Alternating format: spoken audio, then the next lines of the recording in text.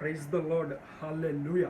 సమస్త మహిమ ఘనత ప్రభావములు ప్రభువైన యేసుక్రీస్తునకు మాత్రమే కలుగునుగాక. ఆమేన్.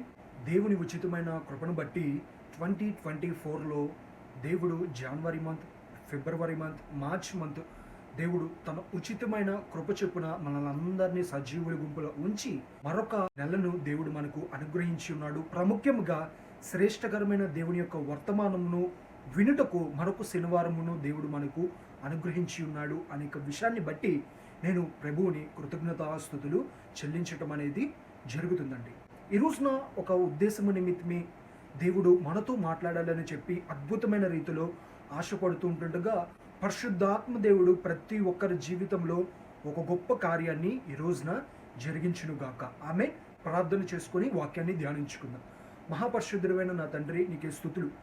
ఈరోజు ఎవరెవరైతే ఎక్కడెక్కడ నుండి అయితే ఈ వాక్యాన్ని ఈ యొక్క యూట్యూబ్ ఛానల్లో వీక్షిస్తున్నారో, వింటున్న ప్రతి ఒక్కరితో మీరే ముఖాముఖిగా బహుసూటిగా స్పష్టంగా ఆది నిమిషము మొదలుకొని ఆఖరి నిమిషం వరకు మాట్లాడి ఒక అద్భుతమైన కార్యాన్ని మీరే వారి జీవితంలో జరిగించి మీరే మహిమ ఘనత పొందమని నజరేయుడైన యేసుక్రీస్తు నామములో అడిగి వేడుకొని పొందుకొని ఉన్నాం మా తండ్రి. ఆమేన్. ఈ రోజున మన వాక్యదానం అంశం నిమిత్తమై ఎవరి స్వరమును మీరు వింటున్నారు? ఈ రోజున ఆలోచన చేయండి. ఎవరి స్వరమును మీరు వింటున్నారు?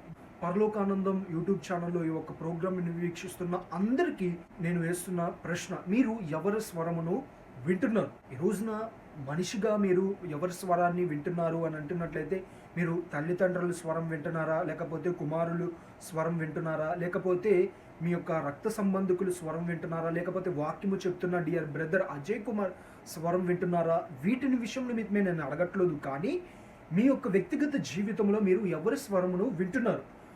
ఏ యేసుక్రీస్తు వారి స్వరమును వింటున్నారా? బి సాతాను స్వరము మీరు వింటున్నారా? మీ జీవితంలో ఒకసారి మీరు ప్రశ్నించుకోండి. ఈ రోజున ఎందుకని మనం జీవితంలో మనము ప్రశ్నించుకోవాలి అని అంటున్నట్లయితే, యేసుక్రీస్తు వారి స్వరం కనుక మనం వింటున్నట్లయితే మన జీవితము దీవించబడుతుంది, ఆశీర్వదించబడుతుంది, ఉన్నతముగా ఉంటుంది, నిత్య జీవములోనికి ఉంటుంది, శ్రేష్టకరముగా ఉంటుంది అనేక విషయాన్ని గ్రహించండి. లేదు, మనము సాతాను స్వరము వింటున్నట్లయితే మన జీవితము ప్రస్తుతము సంతోషకరముగా, ప్రస్తుతము ఆనందకరముగా, ప్రస్తుతము ఆహ్లాదకరముగా, ప్రస్తుతము అన్ని విషయాలలో వర్ధిల్లినట్టుగా కనబడతాము, కానీ చివరికి మన జీవితము నాశనమైపోతుంది అనేక విషయాన్ని ప్రతి ఒక్కళ్ళు ఈ సమయమునందున గ్రహించండి. కాబట్టి ఈ రోజున మనము వినే యొక్క స్వరము చాలా ప్రాముఖ్యమైనది. అసలు ఈ స్వరము ఎందుకని మనము వినాలి అని అంటున్నట్లయితే, అసలు ఈ స్వరము అనే కాన్సెప్ట్ ఎక్కడ ఉంది అని అంటున్నట్లయితే పరిశుద్ధ గ్రంథంలో నుంచి మనము చూడవచ్చు. ప్రకటన గ్రంథము 3వ అధ్యాయము 21వ వచనము క్లుప్తముగా ధ్యానిద్దాం. ఇదిగో, నేను తలుపు నొద్దన నిలిచి ఉండి తట్టుచున్నాను. ఎవడైనను నా స్వరము విని తలుపు తీసిన ఎడల నేను అతని యొద్దకు వచ్చి అతనితో నేనును నాతో కూడా అతడు భోజనము చేయుదుము. యేసుక్రీస్తు వారు తలుపు దగ్గర నుంచొని తడుతున్నాడు. ఇక్కడ మనం చూస్తున్నట్లయితే ఈ వచనంలో రెండుటిని దేవుడు చేస్తున్నాడు. మొదటిది తట్టుతున్నాడు, రెండోదిగా ఇక్కడ చెప్తున్నాడు నా స్వరము ఎవరైతే వింటారో అని అంటున్నారు. తట్టటము ఇక్కడ ఎందుకొని కాన్సెప్ట్ ఉంది అని అంటున్నట్లయితే, సాతానుగాడు డోర్ని నాక్ చేయడు, యేసుక్రీస్తు వారు మాత్రమే డోర్ని నాక్ చేస్తారు. ఎందుకు అని అంటున్నట్లయితే, యేసుక్రీస్తు వారు మనకి స్వతంత్రాన్ని ఇచ్చేసి ఉన్నాడు కాబట్టి. అయితే ఈ రోజున ప్రతి ఒక్కరు గ్రహించాల్సింది, యేసుక్రీస్తు వారు రెండింటిని చేస్తున్నాడు. ఫస్ట్ది నాకింగ్, అంటే తడుతున్నాడు డోర్ని. రెండోది ఆ తట్టేటప్పుడు యేసుక్రీస్తు వారు నీ పేరు పెట్టి పిలుస్తున్నాడు. నా కుమారుడైన అజయ్ కుమార్, లేకపోతే నా కుమారుడైన పలానా సో అండ్ సో అని చెప్పి యేసుక్రీస్తు వారు పిలవటం అనేది జరుగుతుంది. కాబట్టి ఈ రోజున గ్రహించాల్సినది, తడుతున్నాడు, పిలుస్తున్నాడు అని అంటున్నట్లయితే యేసుక్రీస్తు వారు స్వరం అని చెప్పి మనము గ్రహించాలి. సాతానుగాడు అలా చేయడు, ఎవరి జీవితంలో అయినా సరే అలా చేయడు. ఏం చేస్తాడంటే పిలుస్తాడు, నా దగ్గరికి రా, వచ్చేసే, ఇది చేసేసే, అది చేసేసే అని చెప్పి అంటాడే కానీ తట్టడం మాత్రము చేయడు. యేసుక్రీస్తు వారు నీ జీవితంలో మొదటగా తడతాడు. నువ్వు ఆహ్వానిస్తే లోపలికి వచ్చి నీతో మాట్లాడి నీ అవసరతలన్నీ తీరుస్తాడు. సాతానుగాడు అలా కాదు. నీ దగ్గరికి రావడానికి పర్మిషన్ ఇస్తావా, లేకపోతే నన్ను నీ ఇంట్లో ఉంచుకుంటావా, లేకపోతే నీ జీవితంలోనికి నేను ప్రవేశించచ్చా అని చెప్పి ఏమీ అడగడు. డైరెక్ట్గా వచ్చేస్తాడు. అది చేసే, ఇది చేసే, అలా చేసే, అలా చేసే అని చెప్పి నీ జీవితాన్ని నాశనము చేసేయటము అనేది వాడి యొక్క మెయిన్ ఎజెండా అనే విషయాన్ని ఈ సమయమునందున గ్రహించండి. ఇక్కడ మనం చూస్తున్నట్లయితే ప్రకటన గ్రంథము 3వ అధ్యాయం 20వ వచనం నుంచి చివరి వచనం వరకు, అంటే 22 వచనాల వరకు క్లుప్తంగా ధ్యానించుకుందాం. ఇదిగో నేను తలుపు నొద్ద నిలుచుండి తట్టుచున్నాను. ఎవడైనను నా స్వరము విని తలుపు తీసిన ఎడల నేను అతని యొద్దకు వచ్చి అతనితో నేనును నాతో కూడా అతడును భోజనము చేయుదుము.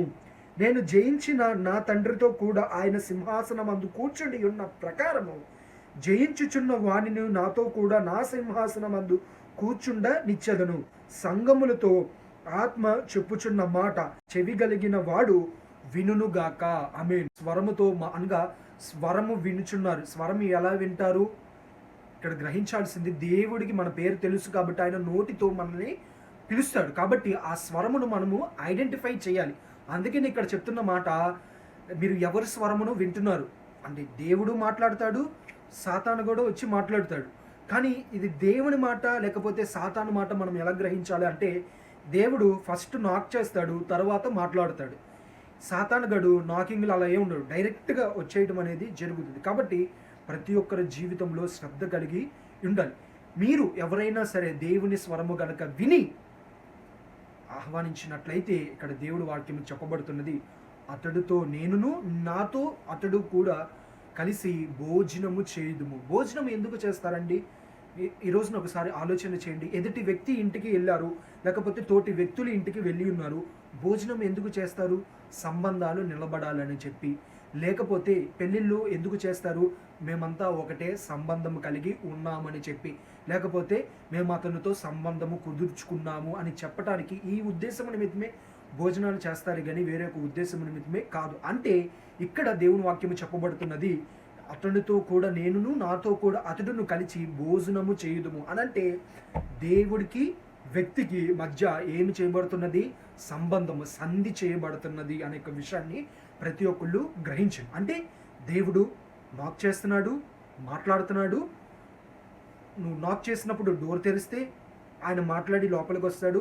ఆయన మాటలు నువ్వు వింటున్నట్లయితే నీవును దేవుడును కలిసి సంధి చేసుకుంటారు, అంటే సంబంధము ఏర్పరచుకుంటారు. అప్పుడు ఆ సంబంధము కనుక ఏర్పడిందా, నీ జీవితాన్ని నాశనం చేద్దామని, నీ జీవితాన్ని ముక్కలు చేద్దామని, మరి నీ జీవితాన్ని పతనము చేద్దామని, ప్రాముఖ్యంగా నీ జీవితాన్ని గమ్యము లేకుండా నిస్సాహి స్థితులు, నిస్పృహ స్థితులు, ఈ లోకంలో ఎందుకు పనికిరాని వ్యక్తిగా నిన్ను చేసేయటానికి ఎన్ని ప్రయత్నాలు, ఎత్తులు, ప్రణాళికలు కలిగి ఉన్నా సరే అవన్నిటినీ దేవుడు ఆయన రక్తంలో చెడగొట్టేస్తాడు అనే విషయాన్ని గ్రహించండి. ఎందుకు అని అంటున్నట్లయితే, ఈరోజు నువ్వు సంబంధం పెట్టుకున్నది నీ ఫ్రెండ్తో కాదు, నువ్వు సంబంధము పెట్టుకున్నది మీ బాబాయ్తో కాదు, నీవు సంబంధము పెట్టుకున్నది ఒక అధికారితో కాదు, నీవు సంబంధము పెట్టుకున్నది ఒక రాజుతో కాదు, నీవు సంబంధము పెట్టుకున్నది ఈ రోజున నేను ప్రకటిస్తున్న పునరుద్ధానుడు అయి మరణాన్ని జయించిన ప్రభువైన యేసు క్రీస్తుతో నీవు సంబంధము పెట్టుకుని ఉన్నావు. కాబట్టి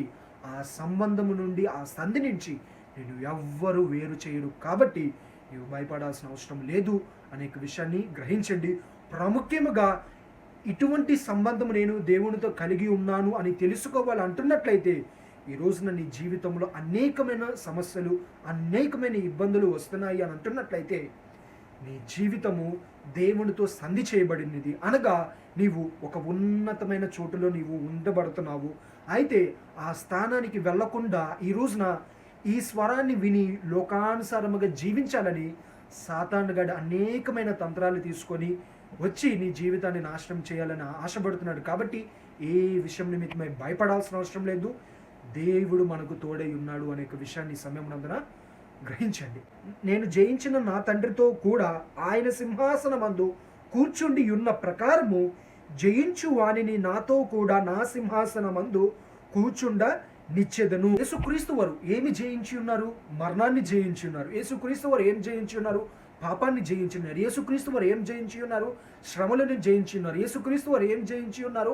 అనారోగ్యమును జయించి ఉన్నారు. యేసుక్రీస్తు వారు ఈ లోకములో 33.5 సంవత్సరాలు ఈ లోకములో తిరిగిన యేసుక్రీస్తు వారు ఏమి జయించి ఉన్నారు అని అంటున్నట్లయితే సమస్తాన్ని జయించి ఉన్నారు. ఆ సమస్తాన్ని జయించిన యేసుక్రీస్తు వారు తండ్రి కుడి పార్శ్వమునొద్దన కూర్చున్న రీతిగా ఈ రోజున నీవు కూడా జయించినట్లయితే నీవు నా సింహాసనము దగ్గర కూర్చుండా నిచ్చెదను అని చెప్పి వాగ్దానము చేసిన దేవుడు నమ్మదగినవాడు. ఈ రోజున మనము సేవిస్తున్న ప్రభు అయిన యేసు క్రీస్తు వారు అనే విషయాన్ని గ్రహించండి. ఈ రోజున ఆలోచన చేసినట్లయితే జయించాలి. ఏమి జయించాలి? ఈ లోకంలో దేవుడు సమస్తాన్ని జయించేసి ఉన్నాడు.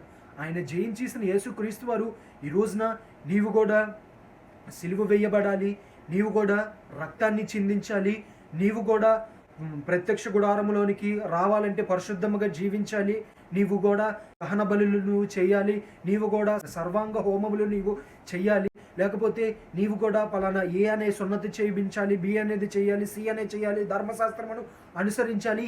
నథింగ్, ఇవేమి చెప్పలేదు.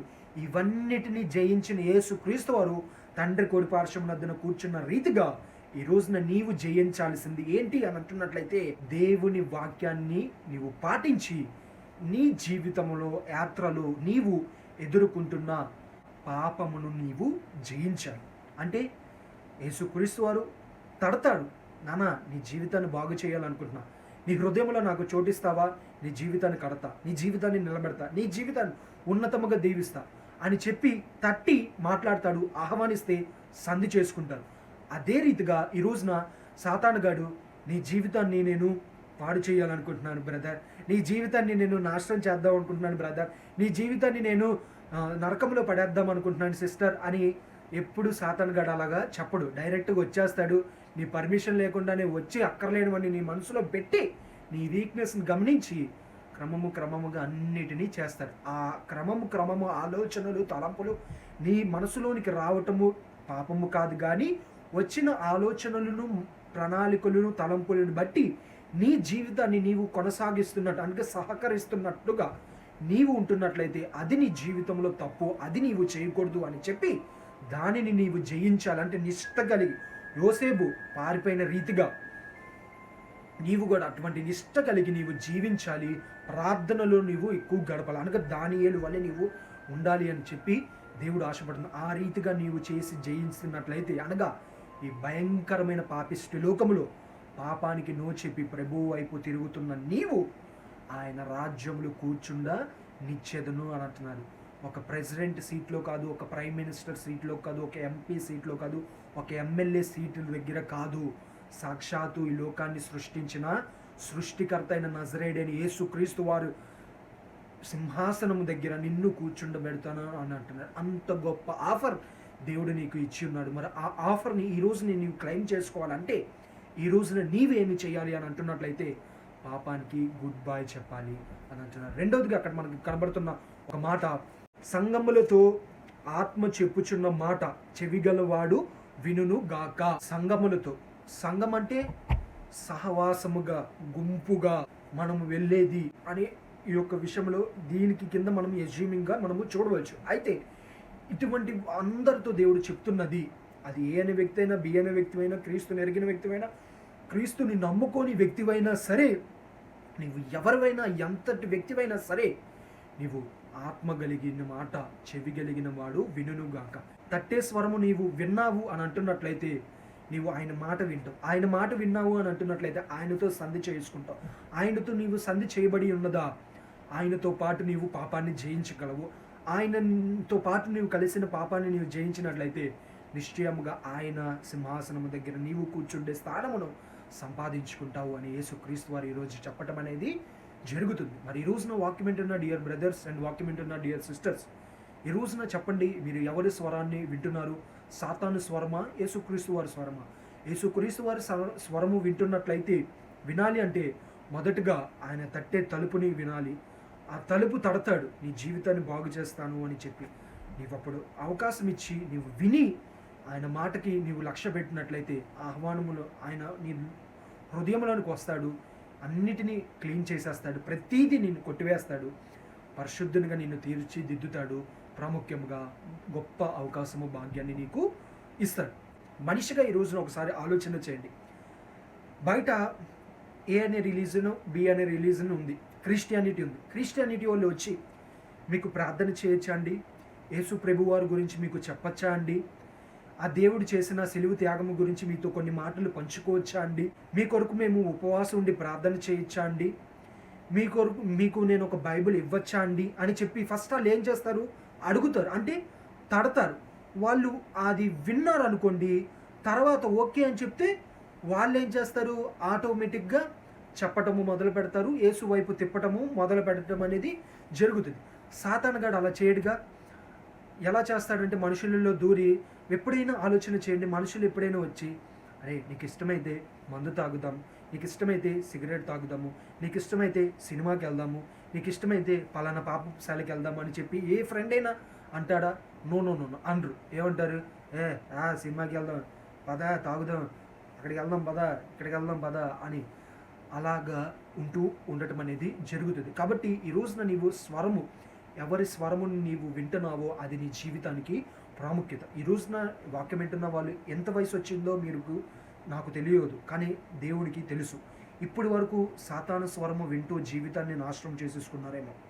అయిపోయింది, దాని గురించి పక్కన పెట్టేసి ఇక మీదట ఉన్న లైఫ్లో అయినా సరే దేవుని స్వరమును విని ఆయనకి అవకాశం ఇస్తున్నట్లయితే నీ జీవితాన్ని అద్భుతముగా మారుస్తాడు. ప్రాముఖ్యముగా మార్చిన దేవుడు అందరి ఎదుట నిన్ను ఉన్నతముగా హెచ్చిస్తాడు కూడా అనేక విషయాన్ని ఈ సమయంలో అందరూ ప్రతి ఒక్కళ్ళు గ్రహించండి. కాబట్టి ఈ రోజున స్వరము వినటము చాలా ప్రాముఖ్యము. ఆ స్వరము క్రీస్తుది వినటము అది ఇంకా శ్రేష్టకరమైన ప్రాముఖ్యత అని గ్రహించి ఈ రోజునే యేసుక్రీస్తు వారి స్వరమును వింటున్నట్లయితే అది మన జీవితాలకి ఎంతో శ్రేష్టకరం. ఈ అంచె దినములలో, ఈ అపాయకరమైన ఈ కాలములలో, ఈ భయంకరమైన ఈ పాపపు లోకములో నీ జీవితానికి వాక్యం వింటున్న అనేక మంది లోకములో జీవిస్తున్న అనేక మంది జీవితాలని మార్చాలని చెప్పే యేసుక్రీస్తు వారు కొన్ని వేల సంవత్సరాల నుంచి తలుపు తడుతున్నాడు, స్వరముతో మాట్లాడుతున్నాడు. ఈ రోజున మీరు వ్యక్తిగతంగా మీ జీవితంలో గ్రహించి ఈ రోజున యేసుక్రీస్తు వారు ఈ వాక్యం ద్వారా కూడా అనేక మంది హృదయాలు అనే తలుపుని, బండరాయాలు అనే తలుపుని తడుతున్నాడు, స్వరముతో మాట్లాడుతున్నాడు. మరి వినినవాడు ఆత్మానుసారముగా ఆత్మ మాట్లాడుతున్న మాట వినినవాడు, చెవి గలినవాడు వినుగాక, విన్నవాడి జీవితము శ్రేష్టకరముగా దీవించబడుతుంది అనేక విషయాన్ని గ్రహించండి. శ్రేష్టకరముగా అందించబడుతున్న యొక్క వర్తమానమును మీరు విని క్రీస్తు వైపు తిరిగినట్లయితే మీ జీవితానికి అది ఎంతో బహుశ్రేష్టకరము అని చెప్పి ఈ రోజున దేవుని కుమారుడిగా నేను ఎంతగానో ఆశిస్తున్నాను. అందుకే ఇటువంటి యొక్క ప్రయాస. కాబట్టి ఈ రోజున గ్రహించండి. ఒక రోజున దేవుడు రాజులుగా ప్రభువులుగా వచ్చేసిన తర్వాత తలుపు తట్టటాలు, స్వరము వినబడటాలు ఇటువంటివి ఏమీ జరగవు. ఆ రోజు నాతో మాట్లాడు ప్రభువా, నాకు ఒక అవకాశం ఇవ్వు ప్రభా, నేను నీ దగ్గరకు వస్తాను ప్రభువా. నో, ఆయన తలుపు తట్టినప్పుడు నీవు గనక తలుపు తెరవకపోతే ఒక రోజు రాబోతున్నది. ఆ రోజున నీవు ఎన్నిసార్లు పరలోకపు తలుపు తట్టినా సరే డోర్స్ ఆర్ క్లోజ్డ్ అని చెప్పంటారు. ఆ రోజున అగ్ని ఆరదు, పురుగు చావదు అనే భయంకరమైన నరకములోనికి నువ్వు వెళ్ళిపోతావు. ఆ రోజు నుంచి తప్పించబడాలి నీవు అని చెప్పే ఈ రోజున యేసుక్రీస్తు వారు నీ కొరకు ప్రతి ఒక్కరి కొరకు పాప ప్రక్షాళన చేసి ప్రయాసపడుతున్నాడు. కాబట్టి ఈ రోజున యేసుక్రీస్తు వారి నిజమైన దేవుడని గ్రహించి ఆయన వైపు తిరగండి. జీవితము అత్యున్నతముగా దీవించబడుతుంది, ఆశీర్వదించబడుతుంది అనే విషయాన్ని గ్రహించండి. ఆమేన్. మహాపరిశుద్ధుడైన నా తండ్రి, నీకే స్తుతులు. ఈ రోజున వాక్యమైన అందరితో మీరే ముఖాముఖిగా బహుసూటిగా స్పష్టముగా మాట్లాడి ఉన్నారని నమ్ముచున్నాం తండ్రి. ఈ వాక్యం వింటున్న అనేక మంది జీవితాలలో సాతాను స్వరం విని తమ జీవితాలని నాశనం చేసుకున్న వాళ్ళు ఉన్నారు, దేవుని స్వరము విని బాగు చేసుకున్న వారు కూడా ఉన్నారు. అలాగే ఎవరెవరైతే వర్తమానమును వింటున్న వారు అన్ని ట్రాష్, ఇదంతా అబద్ధము, ఇదంతా ఒక నాటకము అని చెప్పి ఎవరైతే ఇంకా నిర్లక్ష్యము చేస్తున్నారో అనుదిన జీవితంలో వారు నీ స్వరము విని వారి యొక్క జీవితాలను ముందుకు కొనసాగించే రీతిగా కృపని దయచేయమని నజరేయుడైన యేసుక్రీస్తు నామములో అడిగి వేడుకొని పొందుకుని నామ తండ్రి, ఆమేన్. వాక్యం విన్న అందరికీ నా ప్రత్యేకమైన వందనాలు తెలియజేస్తున్నానండి. దేవుడు ఈ వాక్యాన్ని దీవించి బహుగా ఆశీర్వదించునుగాక. ఆమేన్. సమస్త మహిమ ఘనత ప్రభావములు ప్రభు అయిన యేసుక్రీస్తునకు మాత్రమే కలుగునుగాక. ఆమేన్. God bless you all.